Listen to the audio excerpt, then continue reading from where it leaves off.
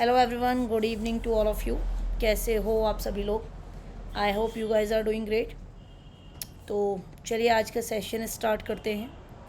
और last session में जो भी आपको डाउट्स रहे होंगे, you guys can ask me all those doubts.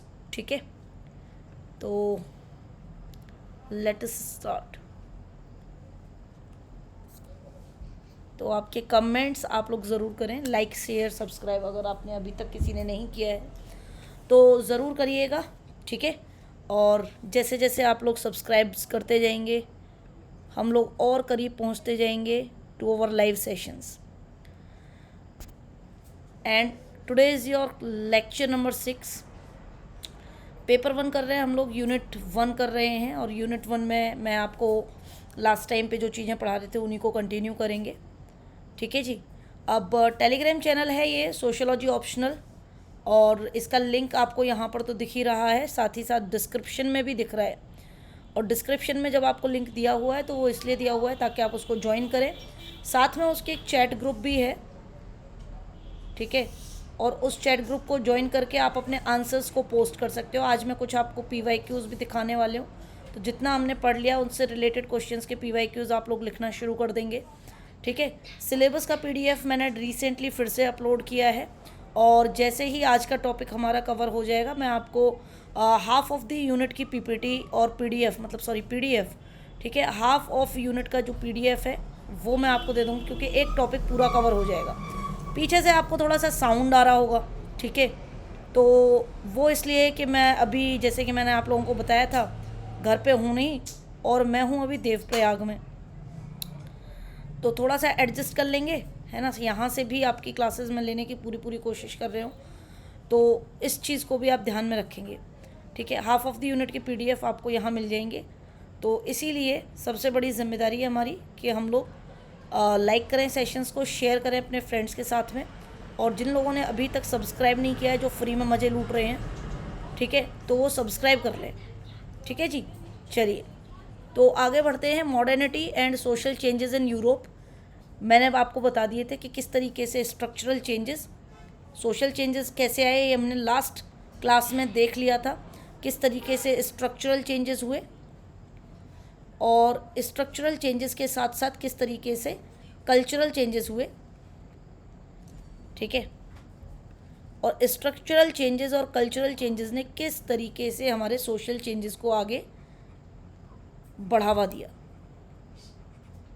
और मैंने आपको एक टेबल बनवाया था जिसमें मैंने कहा था यहाँ पे लेड टू, मतलब स्ट्रक्चरल चेंजेस में क्या क्या हुआ और कल्चरल चेंजेस में क्या क्या हुआ, and these both things led to social changes in society. ठीक है, तो बैकग्राउंड नॉइज़ को एकदम से अवॉइड कर देंगे और अपने काम की बात सुनेंगे बस। ठीक है, चलो तो आगे बढ़ते हैं। सारी चीज़ें यहाँ पर मैंने रखी हुई हैं, ठीक है, कुछ भी हटाया नहीं है, जिससे कि आप लोगों को कोई प्रॉब्लम ना हो। जो लोग अभी सेशंस करना जो शुरू किए हैं वो लेक्चर नंबर 1 से देखना शुरू कर दें। ठीक है, अभी ज़्यादा निकला नहीं है तो आप लोगों को प्रॉब्लम नहीं होगी, तो जो भी आपका डाउट होगा आप लोग पूछ सकते हो। ठीक है, तो ये रिलेशन, सोशल रिलेशन कल आपको समझ में आ गया था ना। सोशल कॉन्ट्रैक्ट कल हमने डिस्कस किया था। सोशल कॉन्ट्रैक्ट इस तरीके का पहले था, और सोशल कॉन्ट्रैक्ट में क्या है कि किंग यदि आपको कुछ दे रहा है तो आप भी किंग को उसके बदले में कोई तो कोई सर्विस प्रोवाइड करोगे, और किंग को यदि आप अपनी सर्विस दे रहे हो, ठीक है, तो किंग की भी जिम्मेदारी है आपको प्रोटेक्ट करने की, सिक्योरिटी आपकी प्रोवाइड कराने की आपको। ठीक है, ये मैंने कल आपको एनलाइटनमेंट पीरियड पढ़ाना शुरू किया था। सोशल रिलेशंस बताए थे, किंग के नोबल के साथ क्या थे, नोबल के मर्चेंट के साथ क्या थे, मर्चेंट के पीपल के साथ क्या थे। पीपल जो है चर्च में भरोसा करते थे, और चर्च ने बोला था कि तुम्हारा जो सरपरस्त है, ठीक है, वो हमने किंग को बनाया हुआ है। और चर्च कहता था कि man is a product of sin, कि इंसान जो है पाप का प्रोडक्ट है। और फिर मैंने आपको बताया था कि चर्च क्या कहता था, और धीरे धीरे एनलाइटनमेंट पीरियड जब आया, ठीक है, प्रबोधन जिसको बोलते हैं, तो थिंकर्स जो लोग, जिन्होंने सबसे पहले कुछ चीज़ों के ऊपर क्वेश्चन करना शुरू किया, चर्च की लेजिटिमेसी के ऊपर क्वेश्चन करना शुरू किया, उन्होंने चर्च के कंपैरिजन में क्या क्या चीज़ें बोली।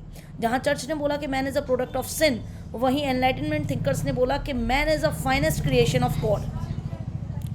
ठीक है, जहाँ पर चर्च ने बोला कि दुनिया को सिर्फ कुछ ही लोग जान सकते हैं कि किस तरीके से दुनिया बनी है, किस तरीके से दुनिया की संरचना हुई है, और वो लोग सिर्फ प्रीस्ट हो सकते हैं, प्रॉफिट हो सकते हैं, क्लर्जी क्लास हो सकती है, जिनको सिर्फ एक ही लैंग्वेज आती है जो उनके खुद की कंट्री की लैंग्वेज है।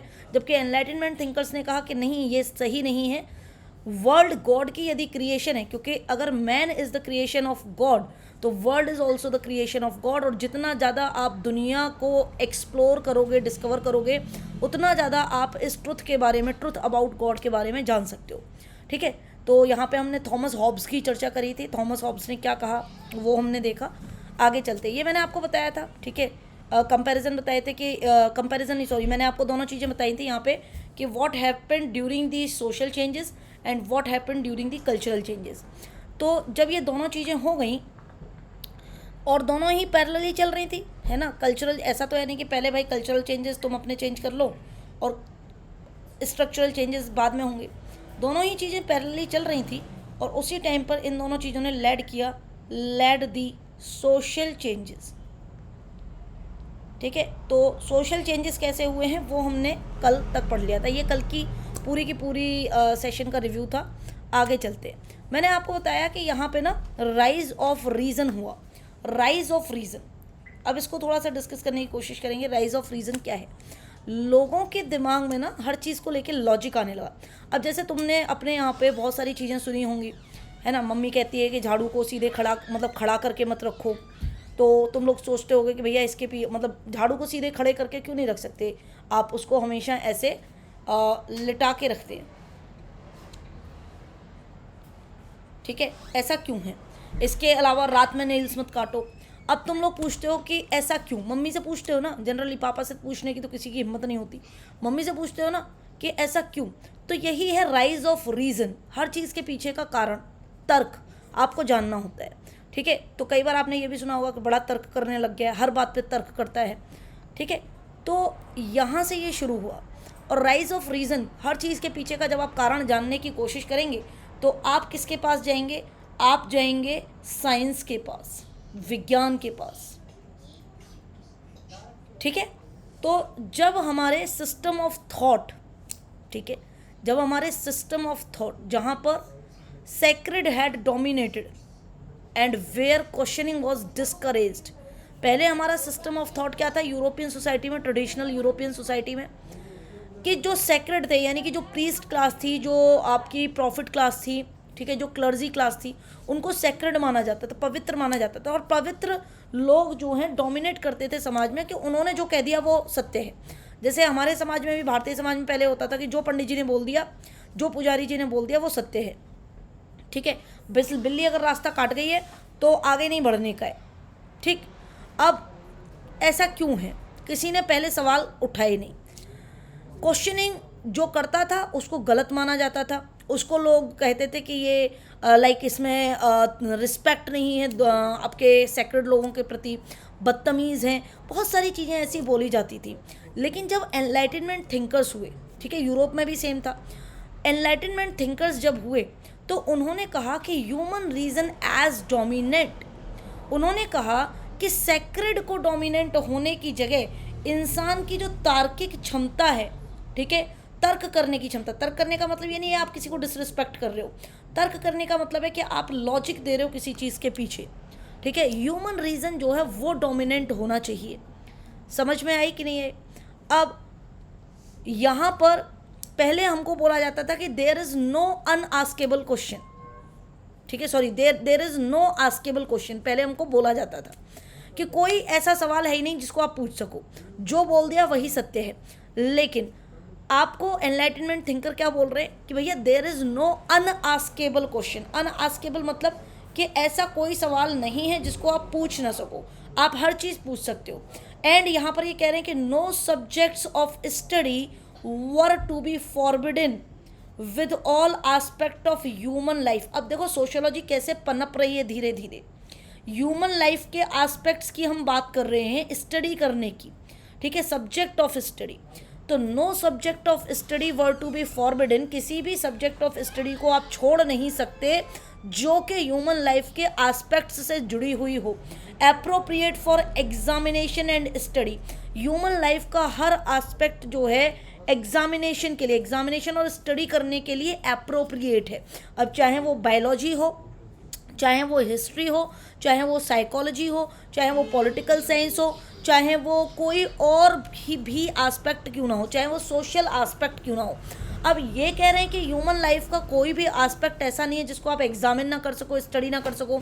तो ह्यूमन लाइफ का एक एस्पेक्ट होता है बेटा सोशल एस्पेक्ट होता है, तो एक एस्पेक्ट होता है, समझ में आ रहा है कि नहीं आ रहा है, सोशल एस्पेक्ट होता है। तो इसका मतलब मैम हमें इसकी भी स्टडी करनी होगी।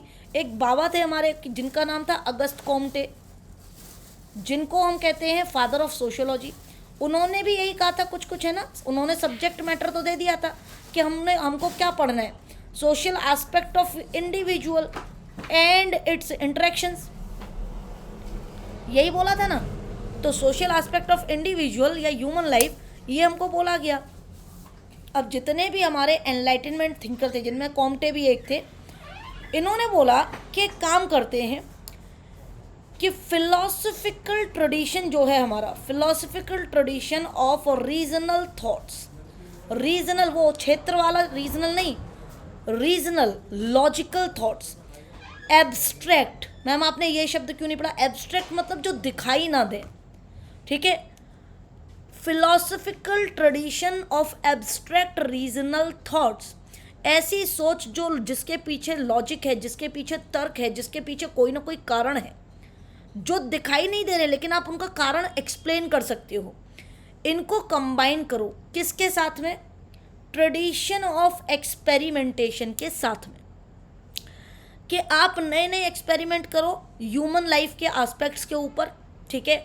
देखो कि भाई फैमिली सिस्टम कैसा है, मैरिज का सिस्टम कैसा है, एजुकेशनल सिस्टम कैसा है, सोशल सेटिंग्स कैसी हैं, सोशल सेटिंग समाज में कैसी सेटिंग्स है, ठीक है। सुसाइड को लेके काफ़ी सारी थ्योरीज आई, जिसमें सुसाइड को लेके थ्योरीज आई जिसमें डर्कहाइम की थ्योरी काफ़ी फेमस हुई।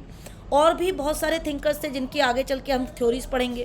कार्ल मार्क्स की अपनी थ्योरी आई कि वो बताते हैं कि भाई एक कैपिटलिस्टिक क्लास और एक वर्किंग क्लास के बीच का क्या रिलेशन है, ठीक है। ये भी क्या है, ये भी सोशल रिलेशन है ना, मालिक और उसके लिए काम करने वाले लोगों का सोशल रिलेशन। तो एक्सपेरिमेंट करें आप, ट्रेडिशन ऑफ एक्सपेरिमेंट के साथ में इसको कंबाइन करें, फिलोसफिकल ट्रेडिशन को एम्पेरिकल फिलॉसफी के साथ में कंबाइन करें। और ये किसने बोला, ये किसने कहा, कौन से थे, गैलीलियो, न्यूटन, बैकन जैसे बहुत सारे एनलाइटनमेंट थिंकर्स ने ये बात कही। अब न्यूटन है तो इसका मतलब ये नहीं है कि ये सिर्फ फिजिक्स की ही बात करेंगे, ठीक है। बहुत सारे थिंकर्स आपको ऐसे मिलेंगे जैसे कि हर्बर्ट स्पेंसर, ये बायोलॉजिस्ट भी थे। इन्होंने डार्विन के सिद्धांत को एडॉप्ट करके सोशियोलॉजी के सिद्धांत दिए हैं। हर्बर्ट स्पेंसर ऐसे ही एक व्यक्ति हुए। तो ऐसे काफ़ी सारे थिंकर्स आपको मिलेंगे जो कि अब जैसे गैलीलियो है, और आपको अगर मैं बताऊं तो लियोनार्डो दा विंची है, ठीक है। ये ऐसे व्यक्ति हैं जिन्होंने एक से ज़्यादा क्षेत्रों में अपनी थ्योरीज दी हैं। तो राइज ऑफ रीज़न इस तरीके से शुरू हुआ। राइज ऑफ रीज़न में हमने एक चीज़ और देखी, जब राइज ऑफ रीज़न की हर चीज़, राइज मतलब कि लॉजिक ढूंढने लगे, उस चीज़ का राइज होने लगा, जो ये चीज़ बढ़ने लगी कि ज़्यादा से ज़्यादा अब लोग जो हैं लॉजिक ढूंढ रहे, लॉजिक की बात कर रहे। तो जब हर चीज़ के पीछे का कारण जानने लगोगे ना, तो क्या जनरेट होगा, हर चीज़ के पीछे का कारण जानने लगोगे तो स्ट्रक्चरल और कल्चरल दोनों ही तरीके से चेंजेस तो हो ही चुके हैं। कल्चरल तरीके में हमने देखा कि राइज ऑफ रीज़न हुआ है, और जब राइज ऑफ रीज़न हुआ है तो हम कह रहे हैं कि हर चीज़ के पीछे कारण है, यानी कि कोई ना कोई विज्ञान है। तो science is the centre and science has all the answers. इसीलिए sociology is a social science, it is the science of social aspects of human life and its interactions in the society. इसीलिए आप इसको science कहते हैं, क्योंकि science के पास होते हैं जवाब। तो अब हमको इतनी बात समझ में आ गई है। तो अगर हमको बात समझ में आ गई है तो फिलोसफिकल ट्रेडिशन और एम्पिरिकल फिलॉसफी दो चीज़ों को, ठीक है, tradition of experiment, philosophical tradition लिखा हुआ है ये पीटी, फिलोसफिकल ट्रेडिशन, ठीक है, प्लस ट्रेडिशन ऑफ एक्सपेरिमेंट, इन दोनों को अगर आप कंबाइन करोगे तो आपको इससे क्या मिला? हमको इससे मिला एक नया सिस्टम जिसके माध्यम से हम all aspect of human life को क्या कर रहे हैं, इंक्वायर्ड कर पा रहे हैं, उसके बारे में जान पा रहे हैं। A new system of human inquiry. अब नया सिस्टम आ जाएगा, न्यू सोशल ऑर्डर डेवलप होने लग जाएगा, तो मुझे तुम बताओ हाँ या ना, क्या करेगा ये? पुराने ओल्ड सोशल ऑर्डर को अटैक करेगा कि नहीं करेगा? ओल्ड सोशल ऑर्डर को क्या करेगा? चैलेंज करेगा कि नहीं करेगा? ठीक है, अब हर चीज़ में तुम रीज़न ढूंढ रहे हो, चैलेंज करेगा कि नहीं? तो old social order and old social privileges ma'am हमने किसको दे रखी हैं? समझ लो बस, इसके और अच्छे नोट्स मैं आपको प्रोवाइड कर दूंगे। ओल्ड सोशल प्रिविलेजेस हमने किसको दे रखी हैं मैम? ये हमने दे रखी हैं क्लर्जी क्लास को, यानी कि क्लर्जी मतलब मोनार्क प्लस नोबल क्लास को। ठीक है, मोनार्क एंड नोबल क्लास को। एंड किसको दे रखी है हमने? प्रीस्टली क्लास को दे रखी हैं। ठीक है, प्रीस्टली क्लास को दे रखी हैं। तो जिनको सोशल प्रिविलेजेस हैं समाज में, पहले से ही जिनको क्या मिले हुए हैं, पहले से ही कुछ थाली में तस्तरी में परोस के प्रिविलेजेस मिली हुई हैं, उनको चैलेंज किया।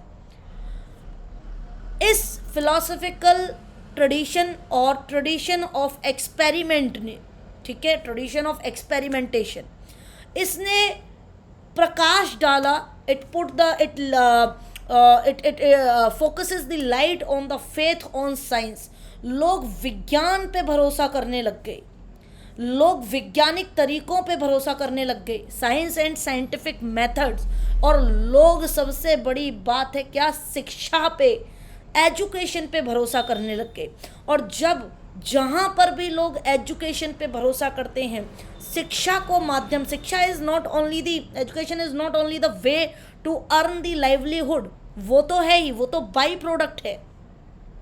आज की डेट में ये उल्टा हो गया है, लेकिन हम सिर्फ पढ़ते या पढ़ाते इसलिए हैं बच्चों को कि अपने बच्चों को भी कि भाई नौकरी लगेगी बचपन से ही, मतलब बच्चा 3 साल का भी नहीं हुआ स्कूल जाना, अच्छी नौकरी लगेगी। मतलब क्या थॉट प्रोसेस है, हम ये नहीं सोचते कि उसका ज्ञान कितना बढ़ेगा। तो एजुकेशन जब आपका माध्यम बन जाता है, शिक्षा आपके ज्ञान का माध्यम बन जाता है, और जब आपको चीज़ों का ज्ञान होता है तो आप क्या है, जितने भी रूढ़िवादी सभ्यताएं हैं, जितनी भी ट्रेडिशनल ऑर्थोडॉक्स सभ्यताएं हैं, उनको क्वेश्चन करने लग जाते हो, उनको चैलेंज करने लग जाते हो। और यही हुआ, इसको कहते हैं राइज ऑफ रीज़न। बात समझ में आई? तो यहाँ हमने आपको एक लाइन बताई थी, उस लाइन का पूरा एक्सप्लेनेशन मैंने आपको यहाँ पे किया है। इस एक्सप्लेनेशन में philosophical tradition, philosophy plus, philosophy का मतलब ये नहीं है कि फिलोसफी बस बता दी, उसका experimentation on the human life क्या है, उस फिलोसफी का, उस दर्शन का, उस थॉट प्रोसेस का, अगर कोई सोच रहा है वैसे, कोई थिंकर कोई फिलोसफी दे रहा है, तो उस फिलोसफी का एक्सपेरिमेंटेशन ऑन ह्यूमन लाइफ क्या है, ये हमने देखा। तो ऐसे ही एक बहुत बड़े सोशियोलॉजिस्ट हुए हैं जिनका नाम है जॉर्ज रिट्जर। इनकी बुक है जो कि सोशियोलॉजी ऑप्शनल के हर बच्चे को पढ़नी चाहिए, और ये बुक टेलीग्राम चैनल में अवेलेबल है। ठीक है, it is available in the Telegram channel, link is in the description. और जिसने भी अभी तक लाइक नहीं किया है, सेशन को लाइक कर दीजिएगा। अगर आपने अभी तक सब्सक्राइब नहीं किया है तो प्लीज़ आप सब चैनल को सब्सक्राइब भी कर दीजिएगा। ज़्यादा से ज़्यादा आप अपने मित्रों के साथ शेयर कीजिएगा। अब बात करते हैं जॉर्ज रिट्जर की। जितने भी नए बच्चे हैं उनके लिए मैं वापस से दोबारा शेयर कर दूँगी, ताकि आपको पिछले PDFs में जाके ढूंढनी ना पड़े। इन्होंने क्या किया मैम, इनके बारे में अचानक से हम क्यों आ गए, इनके बारे में हम आगे और पढ़ेंगे, लेकिन अचानक से इनका नाम क्यों आया? इनका नाम अचानक से इसलिए आया क्योंकि हमने शुरू किया था कहानी द एनलाइटनमेंट पीरियड से, यहीं से शुरू करी थी ना कल, एनलाइटनमेंट पीरियड से। और एनलाइटनमेंट पीरियड को फिर हमने आगे डिस्कस किया, फिर हमने उसमें स्ट्रक्चरल चेंजेस पढ़े, फिर हमने उसमें कल्चरल चेंजेस पढ़े। कल्चरल चेंजेस में हमने राइज ऑफ रीज़न नाम का एक मतलब शब्द पढ़ा, फिर हमने उसको डिस्कस कर लिया। उसमें हमने फिलोसफिकल ट्रेडिशन पढ़ी प्लस ट्रेडिशन ऑफ एक्सपेरिमेंटेशन पढ़ा। तो इतनी बात समझ में आ गई, मैंने शॉर्ट में पूरा समझा दिया कितना हमने अभी तक डिस्कस किया है। ठीक है, अगर आपको इतना सब कुछ समझ में आ गया तो ये भाई साहब ने भी क्या किया, इन्होंने पूरे एनलाइटनमेंट के जो इफ़ेक्ट हुआ, जो प्रभाव पड़ा यूरोपियन सभ्यता समाज के ऊपर, उसको पूरा समराइज़ किया 8 पॉइंट में। 8 पॉइंट में इन्होंने समराइज किया। इन्होंने क्या बोला? पहला पॉइंट, पीपल कैन अंडरस्टैंड यानी कि comprehend change and perhaps control universe, कि लोग जो हैं इस बदलाव को, सोशल ऑर्डर में जो बदलाव हो रहे हैं उनको समझ सकते हैं, आज भी समझ सकते हैं कोई भी बदलाव हो रहा है तो, और उससे परहैप्स शायद वो पूरे यूनिवर्स को कंट्रोल भी कर ले। यूनिवर्स को कंट्रोल करने का मतलब है कि जिस समाज में हम रह रहे हैं उस समाज को भी आप उसी तरीके से कंट्रोल कर सकते हो। अच्छा, यहाँ पे देवप्रयाग में जहाँ पे मैं हूँ ना, तो मेरे जस्ट यहाँ पे होटल्स बहुत ज़्यादा हाई फाई तो नहीं मिलते हैं। जहाँ पे मैं हूँ उसके जस्ट पीछे अलकनंदा और भागीरथी का कॉन्फ्लुएंस है। आपको मैं कोशिश करूँगा कि कल सुबह की वीडियो में मैं वो दिखाऊँ, ठीक है। टेलीग्राम पे शेयर करूँगे आपके साथ एक वीडियो। देख रहे हो शोर कितना हो रहा है? ऑन रोड लिया है मैंने और ऑन रोड के पीछे जस्ट वो कॉन्फ्लुएंस है। And it is very beautiful and very spiritual feeling, ठीक है। क्योंकि मेरे को वैसे मतलब हर तरीके से घूमना पसंद है। लाइक आजकल मुझे मतलब लाइक इंडिया में जितने भी हमारे हिस्टोरिकल प्लेसेस हैं, जितने भी हमारे रिकग्नाइज्ड प्लेसेस हैं, उनको देखने का ज़्यादा शौक है। तो Devprayag is one of the, आपके जियोग्राफी से रिलेटेड क्वेश्चन है ये। Devprayag is one of the Panchprayag, और जो कि सबसे लास्ट में आता है, ठीक है। इसके बाद फिर ऋषिकेश, और ऋषिकेश के बाद में हरिद्वार। फिर गंगा जो है प्लेन में चली जाती हैं, द गंगा, ठीक है, द गैंगिस, ठीक है, प्लेन्स में चली जाती है।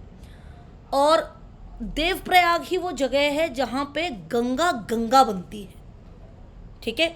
देवप्रयाग ही वो जगह है जहाँ पे गंगा बनती है। उससे पहले अलकनंदा होती है और भागीरथी नदी होती है, और अलकनंदा नदी आती है कर्णप्रयाग, रुद्रप्रयाग ऐसे होके।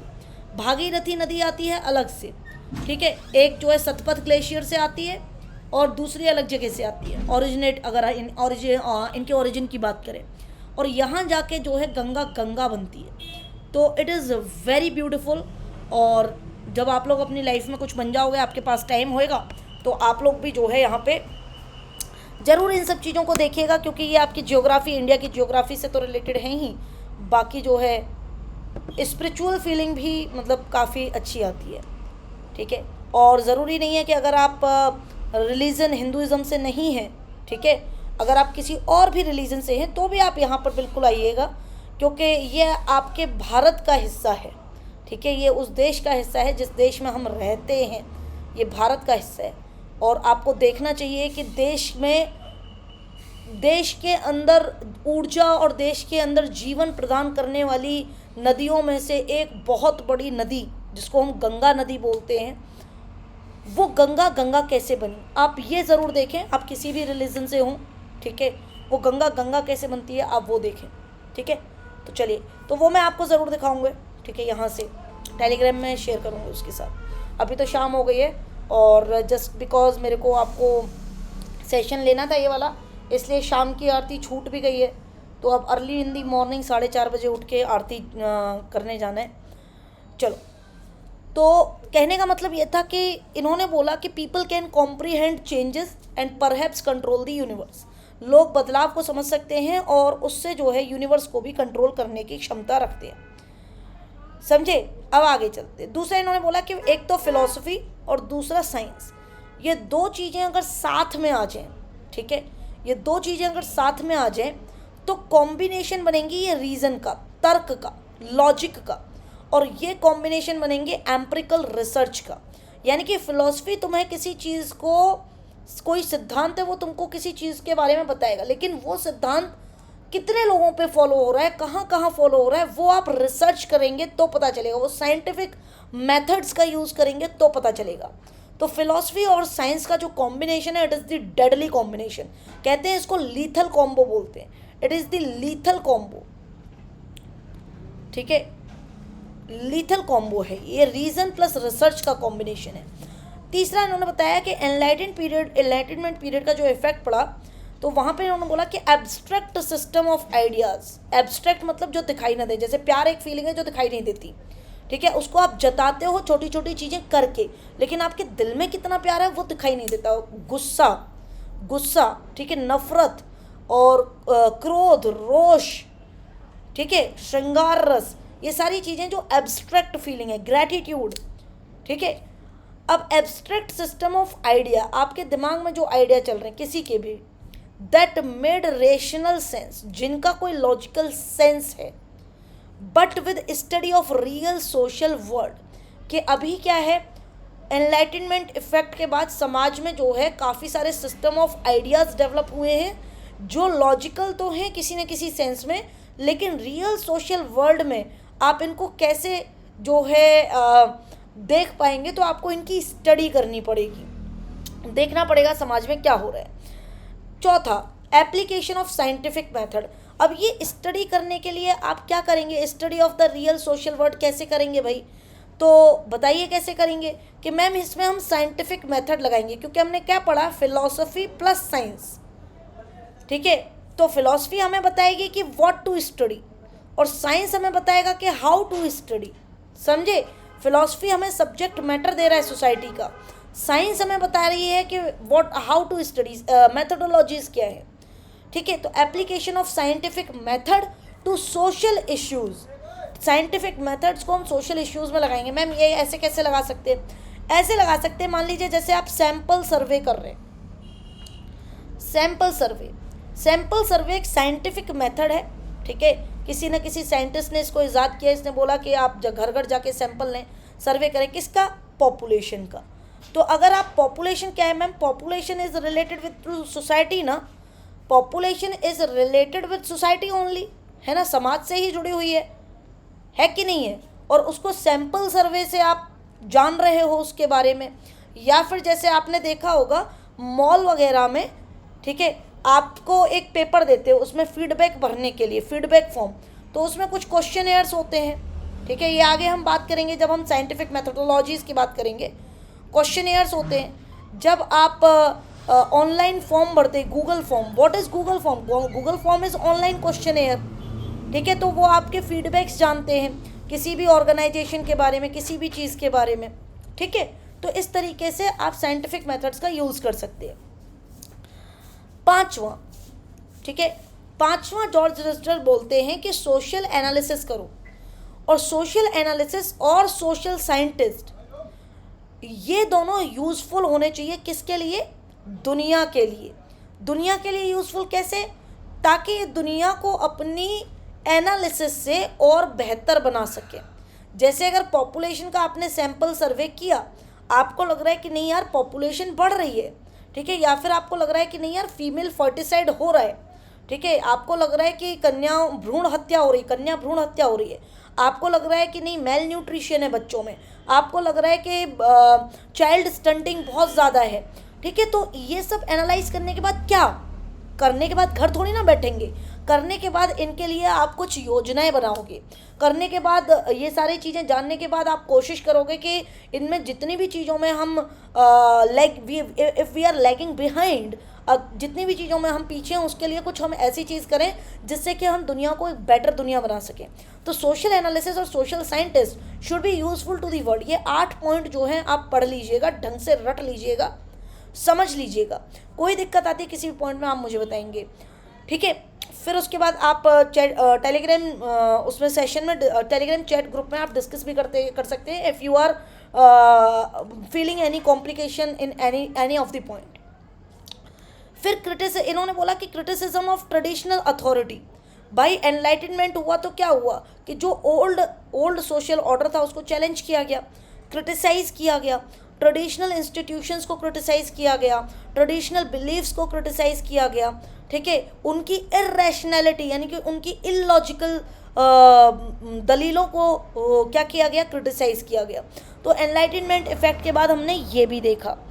देन फिर ये कहते हैं कि एनलाइटनमेंट इफेक्ट के बाद एक और चीज़ हुई, क्या, ह्यूमन ग्रोथ हुई। ह्यूमन ग्रोथ और डेवलपमेंट ऑफ सोसाइटी के लिए हमको समझ में आ गया कि ह्यूमन ग्रोथ, इंसान की ग्रोथ और इंसान की जो ये समाज है, इस समाज का डेवलपमेंट तभी हो सकता है if tradition gives way to reason. क्योंकि अब कुछ लोग पहले सोच रहे होंगे कि मैम इसका मतलब क्या है, जितना भी हमारे पूर्वज लोग बोल के गए सब गलत है अगर उन्होंने हमें कारण नहीं बताया? नहीं, there is always a reason behind anything, ठीक है, there is a reason behind anything, always a reason. तो अगर ट्रेडिशन आपको रीजन यानी कि लॉजिक यानी कि उसके पीछे का कारण बताता है, ट्रेडिशन यदि जिन सभ्यताओं के अंदर हर चीज़ के पीछे का कोई ना कोई कारण है, ठीक है, वो समाज हमेशा ग्रो किया है। ह्यूमन ग्रोथ और उस सोसाइटी का डेवलपमेंट तभी होगा जब उसके जो ट्रेडिशन है वो रीज़न के साथ चलेंगे, gives way to reason, reason को भी रास्ता देंगे, लॉजिक को भी साथ लेके चलेंगे। समझे कि नहीं समझे? एम्फेसिस ऑन द इंडिविजुअल है ये, रादर देन सोसाइटी, ठीक है, ये बहुत ज़रूरी है। ये लास्ट लाइन में ना बहुत बड़ी बात कह दी है। जैसे मैं लास्ट लाइन में बहुत बड़ी बात क्या कही है, अब मैं आपको एक छोटा सा एग्जांपल देती हूँ, आप इस चीज़ को ना कहीं पे भी फिट कर सकते हो कि हमको पूरे समाज के बारे में सोचने की जगह हमको इंडिविजुअल के बारे में सोचना चाहिए।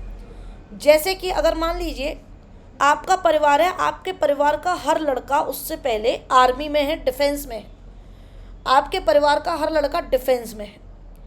अब आप हो, ठीक है, ये आप हो, एक ही फैमिली का हर कोई व्यक्ति डिफेंस के अंदर है और ए डिफेंस के अंदर नहीं जाना चाहता, या ए तैयारी तो पूरी कर रहा है लेकिन जा नहीं पा रहा है, हर बार फेल हो रहा है, तो हम क्या कहेंगे कि समाज में नाक कट जाएगी, या हमारा पूरा खानदान कुनवा, या हमारे जैसे मान लीजिए कि आपके एक गांव का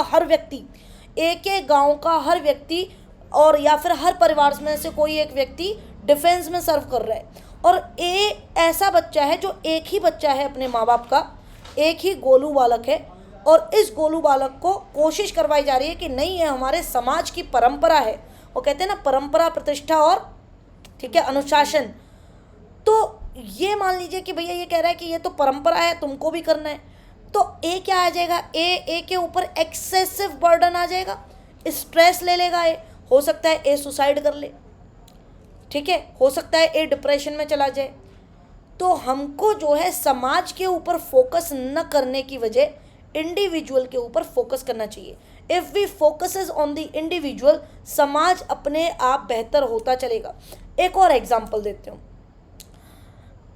लड़के हमेशा लड़कियों से शादी करेंगे और लड़कियां हमेशा लड़कों से शादी करेंगी, तो ही समाज की जो सोशल सेटिंग्स हैं वो आगे बढ़ेंगी, ठीक है।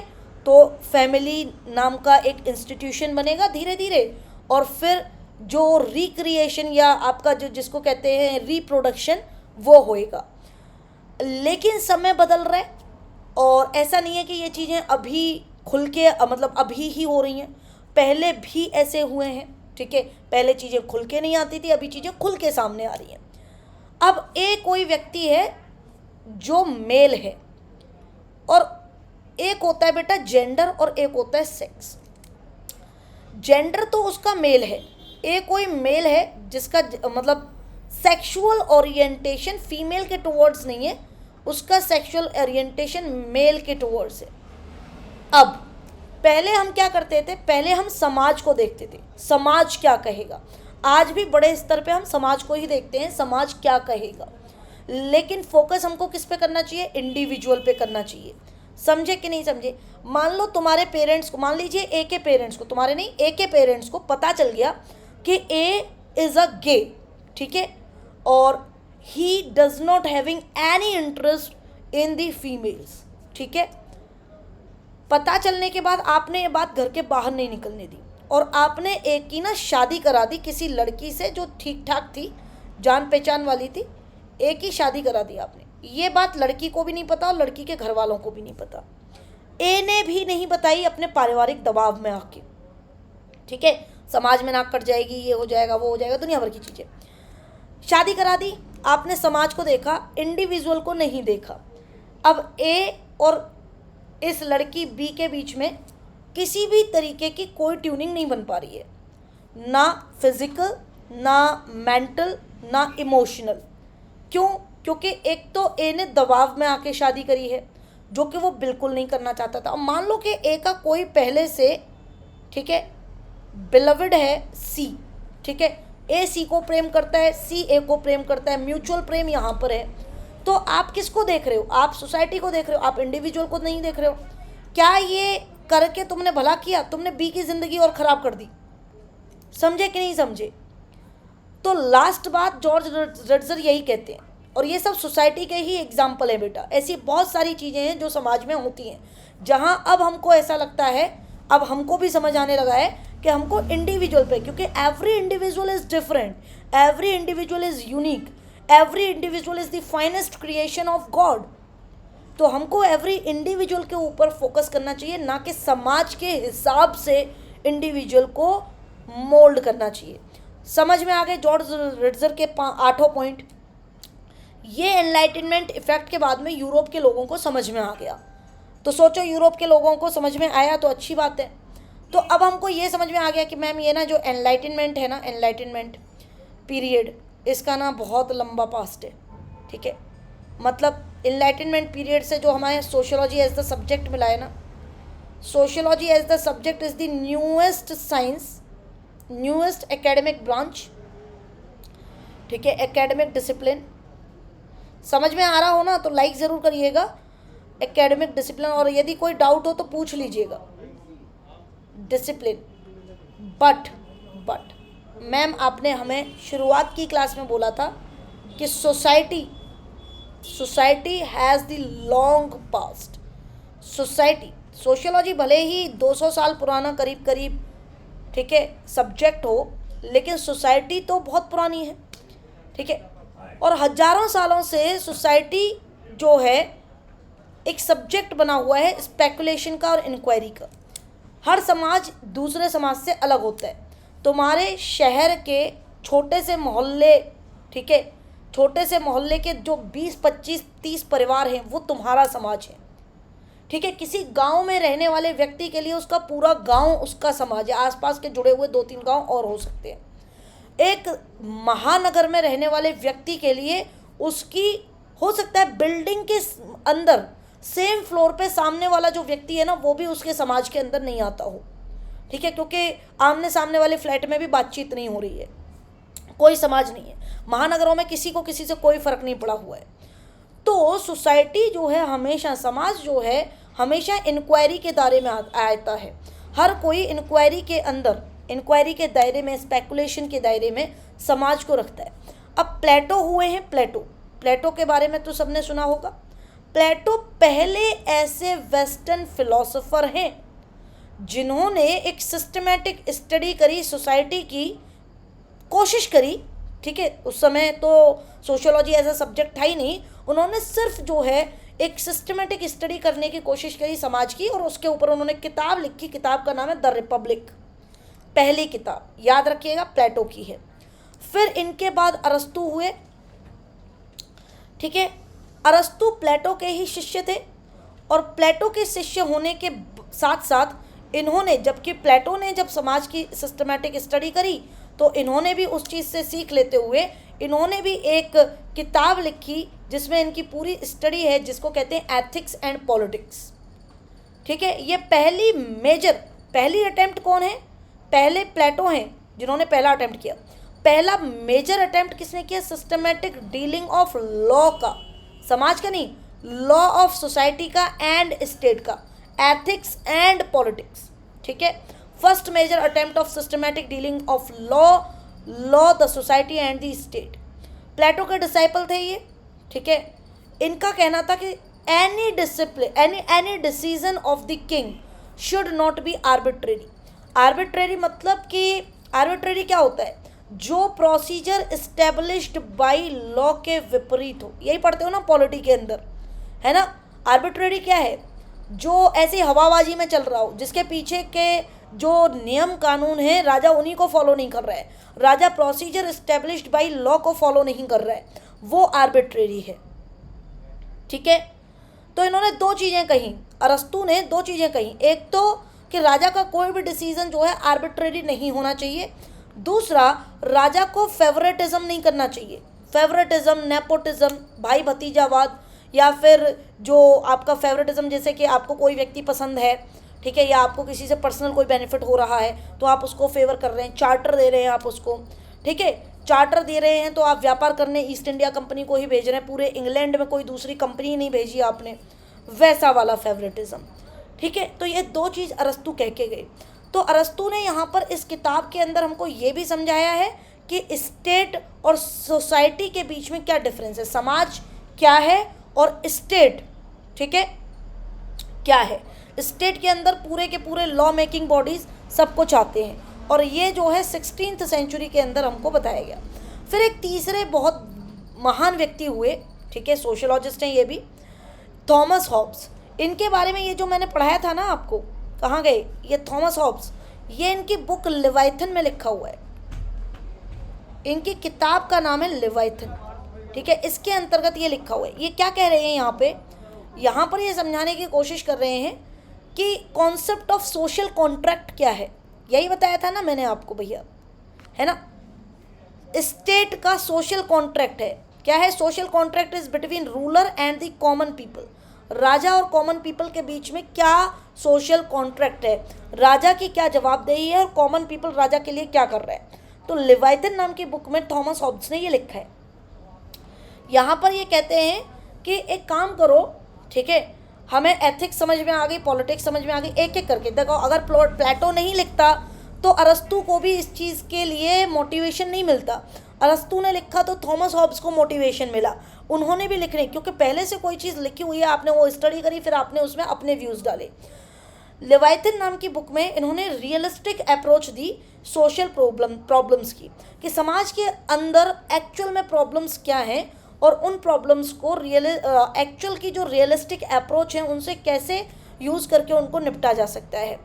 इन्होंने बोला कि किंग जो है बेटर रूलर तभी बन पाएगा जब ये, ठीक है, लोगों के कंसेंट से क्या करेगा, रूल करेगा। यानी कि मैम डेमोक्रेसी, लोगों का कंसेंट मतलब डेमोक्रेसी, जहां लोग जो है राजा को, चर्च नहीं बनाएगी राजा कौन है, लोग चुनेंगे कि राजा कौन है, लोगों की इच्छा के साथ राजा बनेगा, ठीक है, समझे कि नहीं समझे। तो ये प्लेटो ने बोला था, ठीक है, ये प्लेटो ने बोला था। यहाँ पे प्लेटो ने एक चीज़ और कही थी। तो ये जो डेमोक्रेसी है ना, ये द रिपब्लिक का मतलब ही वही है कि आप जो है क्या कर रहे हैं, गणतंत्र बना रहे हैं। गणतंत्र में क्या होता है कि सबकी मर्जी, सबकी मंजूरी जरूरी होती है। तो प्लेटो बोल के गए कि टैक्स प्लस वोट, ठीक है। तो कॉमन पीपल क्या देगा किंग को, कॉमन पीपल किंग को टैक्स देगा, ठीक है, कॉमन पीपल किंग को वोट देगा। दो चीज़ें देगा, एक तो टैक्स देगा, एक वोट देगा, ठीक है। तो ये तो कॉमन पीपल देगा, इसके बदले राजा क्या देगा, राजा जो है समाज का वेलफेयर करेगा, प्लस राजा जो है लोगों को सिक्योरिटी देगा। समझ में आया, यही क्या है, सोशल कॉन्ट्रैक्ट है। यही थॉमस हॉब्स ने आगे चल के और क्या किया, और अच्छे से डिस्क्राइब किया।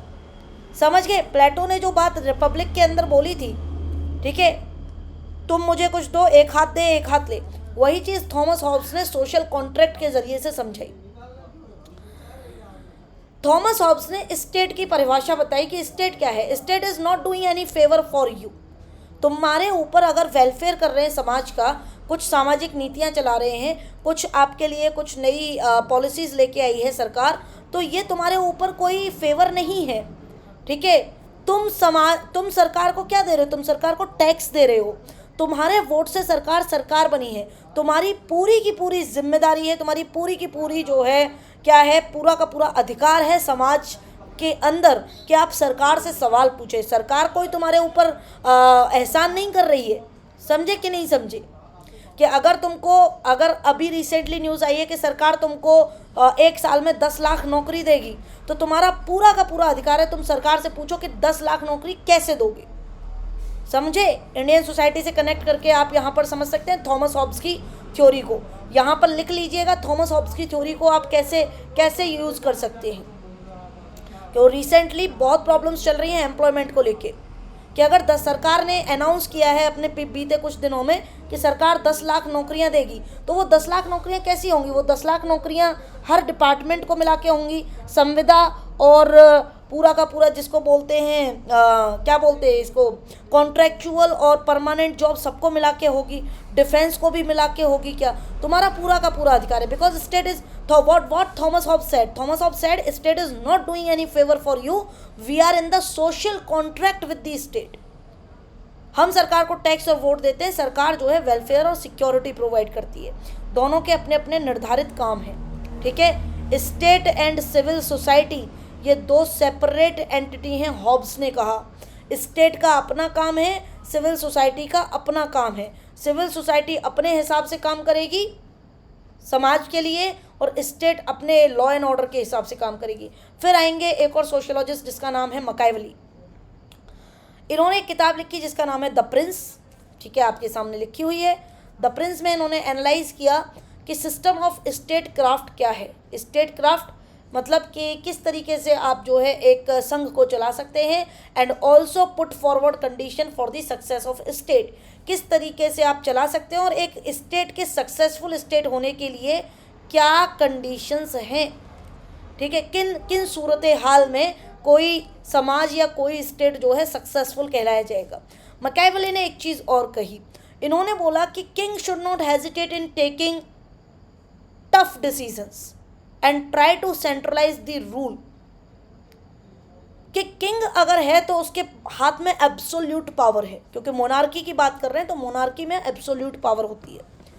ठीक है, डेमोक्रेसी में एब्सोल्यूट नहीं होती है, देयर इज़ ऑलवेज आंसरेबिलिटी। जहाँ पे हमारे देश की अगर बात करें तो हम पॉलिटी में पढ़ते हैं कि executive is always answerable to legislative, but अगर आप मोनार्क की बात करें तो मोनार्क के हाथ में एब्सोल्यूट पावर होती है। यूरोप की बात हो रही है, और यहाँ पर हमें ये पता है कि किंग मकाइवली कह रहे हैं कि किंग को जो है हेजिटेट नहीं होना चाहिए टफ डिसीजन लेने में। ठीक है, और ट्राई करने में पूरी की पूरी सत्ता को सेंट्रलाइज, रूल को सेंट्रलाइज यानी कि अपने मुट्ठी के अंदर लेने में। और इसीलिए इनको, ठीक है, फिर इन्होंने बताया कि ये कब करना चाहिए, जब आपको लगे कि हाँ आपका समाज, आपका स्टेट कैसे सक्सेस कर पाएगा, कैसे सक्सीड हो पाएगा। और इनको कौटिल्य भी कहते हैं इटली का। ठीक है, मकाइवली को कौटिल्य भी कहते हैं इटली का। इनके बारे में एक बारी मैंने एक आर्टिकल भी शेयर किया था टेलीग्राम में, मुझे नहीं पता कितने लोगों ने पढ़ा कितने लोगों ने नहीं पढ़ा, बट इनके बारे में जितने भी, ठीक है, आज का आपका काम ये है कि जितने भी मैंने आपको बताया, प्लेटो, अरस्तु, थॉमस हॉब्स, मकाइवली, मोंटेस्क्यू, इन सब के आप जो है विकिपीडिया पेज खोलेंगे और सबके बारे में थोड़ा थोड़ा पढ़ेंगे। क्यों? क्योंकि जब तक इनके पीछे की जर्नी आपको नहीं पता चलेगी ना, तब तक आप बस रटते रहोगे कि मकाइवली ने क्या कहा, प्लेटो ने क्या कहा, अरस्तु ने क्या कहा, थॉमस हॉब्स ने क्या कहा। एक सही तरीके से ऑप्शनल पढ़ने वाला व्यक्ति वही होता है जब वो देखे कि हाँ मकाइवली किस सिचुएशन में कहाँ पैदा हुआ, कहाँ पला बढ़ा, उसके ऊपर क्या इंप्रेशन था, क्या उसकी फिलॉसफी थी, तब जाके आपको ये 4 लाइन लिखने में याद रहेंगी। और हो सकता है आप 4 की जगह 8 भी लिख दो। ठीक है, और ऐसे ही होता है कि मतलब 1 लाख 10 लाख बच्चों में से 1000 बच्चे ही जो है यूपीएससी क्लियर कर पाते हैं, उनमें से सोशियोलॉजी ऑप्शनल के 100-125 ही होते हैं। ठीक है, तो मोंटेस्क्यू की बुक है जिसका नाम है the spirit of law. The spirit of law नाम की किताब में there must be constitutional system. अब देखो एक एक करके आगे बढ़ रहे हैं कि नहीं बढ़ रहे, टाइम भी आगे बढ़ता जा रहा है और धीरे धीरे हम कॉन्स्टिट्यूशन डेमोक्रेसी की तरफ भी बढ़ते जा रहे हैं। ठीक है, प्लेटो ने बोला था कि रिपब्लिक होना चाहिए। ठीक है, हम तुमको टैक्स और वोट देंगे, तुम हमको वेलफेयर और सिक्योरिटी दोगे। अरस्तु ने उसको पॉलिटिक्स से जोड़ के सिखाया कि लॉ क्या होना चाहिए, सोसाइटी कैसी होनी चाहिए, स्टेट कैसा होना चाहिए। थॉमस हॉब्स ने बताया कि सोशल कॉन्ट्रैक्ट क्या है, सरकार हमारे ऊपर कोई एहसान नहीं कर रही है।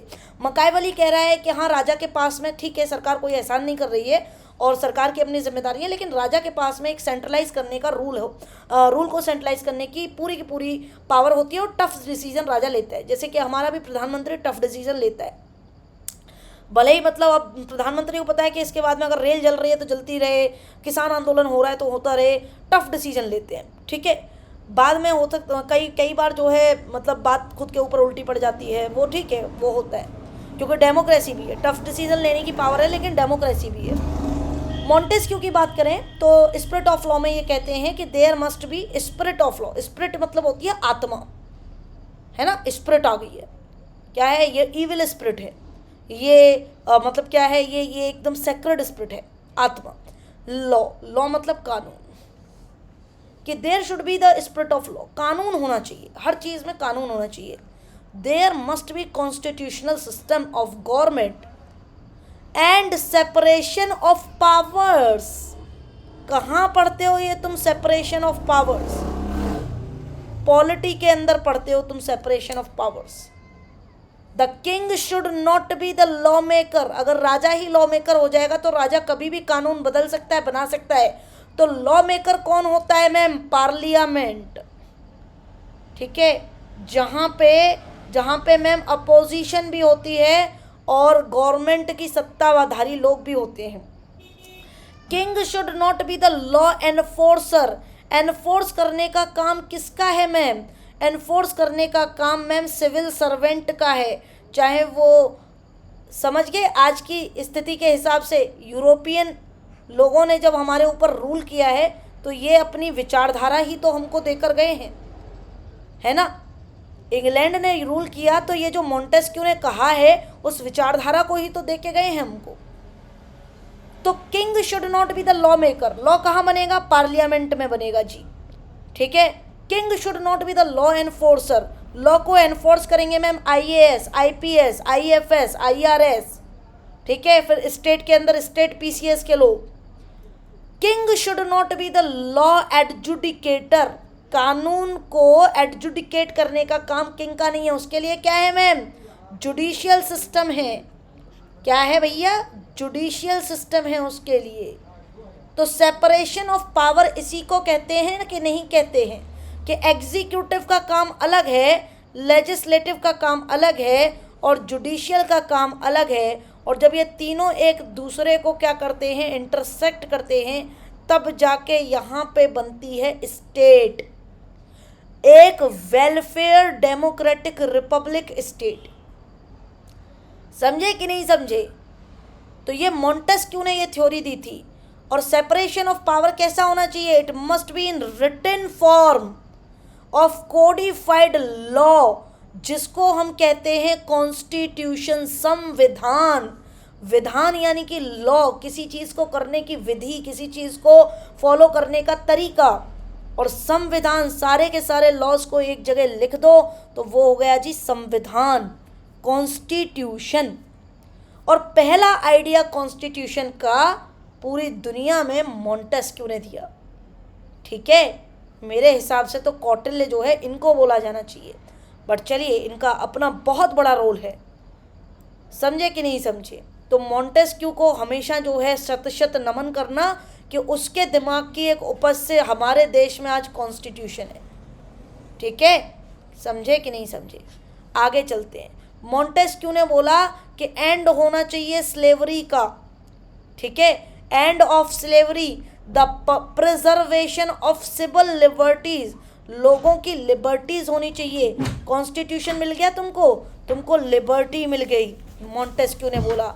एंड द लॉ, लोगों के लिए कानून होने चाहिए, स्लेवरी खत्म होनी चाहिए। और ये सब कैसे होगा? By the separation of power. ठीक है, और जैसे ही पावर सेपरेट हो जाएंगी और स्लेवरी खत्म हो जाएगी तो ऑटोमेटिकली सिविल लिबर्टीज आ जाएंगी। इवन दो यहाँ पे मॉन्टेस्क्यू ये भी कहते हैं कि मोस्ट ऑफ दीज राइटिंग, ये सब लिख के गए थे। ठीक है, ये फिलोसफिकल ट्रेडिशन है ना, यही तो पढ़ा था। प्लस क्या है? हाँ जी, थ्योरीज ऑफ एक्सपेरिमेंटेशंस। ठीक है, यही तो पढ़ा था हमने, इनकी वजह से परिवर्तन है। तो फिलोसफिकल थ्योरीज थी ये। ठीक है, these writings in philosophical tradition, sorry philosophical tradition and tradition of experimentation, या philosophical forms, but they laid the foundation of need for science. ये सब फिलॉसफी थी, लेकिन इन्हीं फिलॉसफी से हमको ये समझ में आ गया कि व्हाट टू स्टडी। और व्हाट टू स्टडी ने हमको, जब तक हमको यही नहीं पता होगा कि हमको क्या पढ़ना है तो कैसे पढ़ना है, उसकी हमें ज़रूरत क्या है। समझे? जब हमको पता ही नहीं है कि हमको क्या पढ़ना है। अब मुझे पता है कि मेरे को चपाती खानी है, और अगर मेरे को चपाती खानी है तो फिर मुझे पता, अच्छा चपाती आटे से बनती है, अच्छा आटा सूखा नहीं खा सकते, उसके लिए आपको पानी लगेगा, आटा आपको लगाना पड़ेगा, डो आपको बनाना पड़ेगा। ठीक है। डो बनाओगे तो फिर आपको आग जला के जो है रोटी बनानी पड़ेगी, तब जाके आपके पेट में जाएगी। तो पूरा मेथोडोलॉजी आपको बाद में, पहले तो ये होना चाहिए ना, ऐसा तो नहीं है कि मेरे को रोटी खानी नहीं है, फालतू में हम रोटी बनाने का तरीका खोज रहे हैं। समझे कि नहीं समझे? रोटी बनानी नहीं है, रोटी बनाने का तरीका खोज रहे भाई। हमको पहले होना चाहिए कि हमको रोटी बनानी है, तरीका हम बाद में खोज लेंगे। पेट भरना है तो खाना भी हम बाद में बनाना सीख जाएंगे। तो इसने, फिलॉसफी ने दी नीड फॉर साइंस, और इसी साइंस को हम कहते हैं social science. This is called the political philosophy. ठीक है, इसको कहते हैं पॉलिटिकल फिलॉसफी। और जितने भी ये मैंने नाम गिनाए ना आपको, प्लेटो से लेके अरस्तु, थॉमस हॉब्स, मैकियावेली, मॉन्टेस्क्यू, ये सारे के सारे थिंकर्स हम पॉलिटिकल साइंस के ऑप्शनल में भी पढ़ते हैं। और फिर किंग को बोला गया कि किंग कौन होना चाहिए? King must be the political fellow. ठीक है, पॉलिटिकल फेलो। और यहाँ से पहली बार हमको आइडिया ऑफ सोशियोलॉजी मिला। ठीक है, idea of sociology, how to study. ठीक है, व्हाट टू स्टडी तो हमें पता चल गया। सोशियोलॉजी क्या है? Sociology is societas plus logos. Society तो हमको पहले से पता थी, लॉगस यानी कि method of study, method of study to any science. ठीक है, तो वो हमको यहाँ से पता चली। समझ में आया इमरजेंस ऑफ सोशियोलॉजी कैसे हो रही है। फिर एक व्यक्ति है टॉम बॉटेमोर। ठीक है, इनके बारे में अब अगले सेशन में पढ़ेंगे। ठीक, तो थोड़ी थोड़ी सी चीज़ें इनके बारे में मैं पढ़ाऊँगा आपको, अगले सेशन में करेंगे। और अगर आपको अभी भी कोई डाउट आ रहा हो तो आप मेरे को बताएंगे। और यहाँ पे जैसे ये कुछ PYQs हैं जो मैंने आप लोगों के लिए रखे हैं यहाँ पे, इन PYQs को आप पढ़िएगा। Discuss the changing equation of discipline sociology with other social sciences, ये अभी आपको नहीं करना है। ठीक है, आपको ये करना है सेकेंड वाला क्वेश्चन, ये आपको करना है question number 2। Explain how sociology has emerged as a distinct discipline. अलग डिसिप्लिन कैसे बना? Based on rationality and scientific temper. ठीक है, ये मैंने आपको पढ़ाया है, ये आप पढ़ेंगे। ये आप करेंगे 2017 में, ये पूछा गया है। ठीक है, 2017 में क्वेश्चन नंबर 2 करेंगे आप। ठीक है, और एक करेंगे आप क्वेश्चन नंबर 6। क्वेश्चन नंबर 6 कह रहा है how had enlightenment contributed to the emergence of sociology. ये 2015 में पूछा गया। सेम चीज़ है, जितना मैंने पढ़ाया ना वो सब से लिख के आना है। ठीक है, एनलाइटनमेंट ने बस, लेकिन आपको पहले सोशियोलॉजी की डेफिनेशन बतानी पड़ेगी। आपको बताना पड़ेगा क्वेश्चन स्टार्ट करने के लिए कि सोशियोलॉजी क्या है, ये वर्ड सबसे पहले किसने ओरिजिनेट किया, कैसे, फादर ऑफ सोशियोलॉजी कौन है। फिर आपको इमरजेंस ऑफ सोशियोलॉजी में आगे बताना होगा कि किस तरीके से एनलाइटनमेंट ने क्या किया है, सोशियोलॉजी की इमरजेंस को कंट्रीब्यूट किया है। इसमें आप जॉर्ज रिट्जर के जो 8 पॉइंट हैं, 8 पॉइंट जिसमें हमने बात करी है कि एनलाइटनमेंट के इफ़ेक्ट क्या थे, उन 8 लाइंस को भी लिखेंगे। समझे कि नहीं समझे कि इमरजेंस ऑफ सोशियोलॉजी में किस तरीके से एनलाइटनमेंट और उसके इफ़ेक्ट्स ने कंट्रीब्यूट किया है। और जब आप थिंकर का नाम लिखेंगे और उसकी पॉइंट्स को कोट करेंगे तो आंसर आपका अपने आप ही खूबसूरत बनेगा। ये 2 क्वेश्चन है, क्वेश्चन नंबर 2 और क्वेश्चन नंबर 6। इसको जो है टेलीग्राम के चैट ग्रुप में आप पोस्ट कीजिएगा, और जैसे ही मेरे को टाइम मिलेगा, ठीक है, या तो आप एक दूसरे का एनालिसिस करते रहिएगा, जैसे ही मेरे को टाइम मिलेगा आफ्टर दीज वैकेशंस मैं बैठ के एक दिन देखूंगे, उस दिन क्लास नहीं लूँगा, उस दिन सिर्फ आंसर देखूंगा।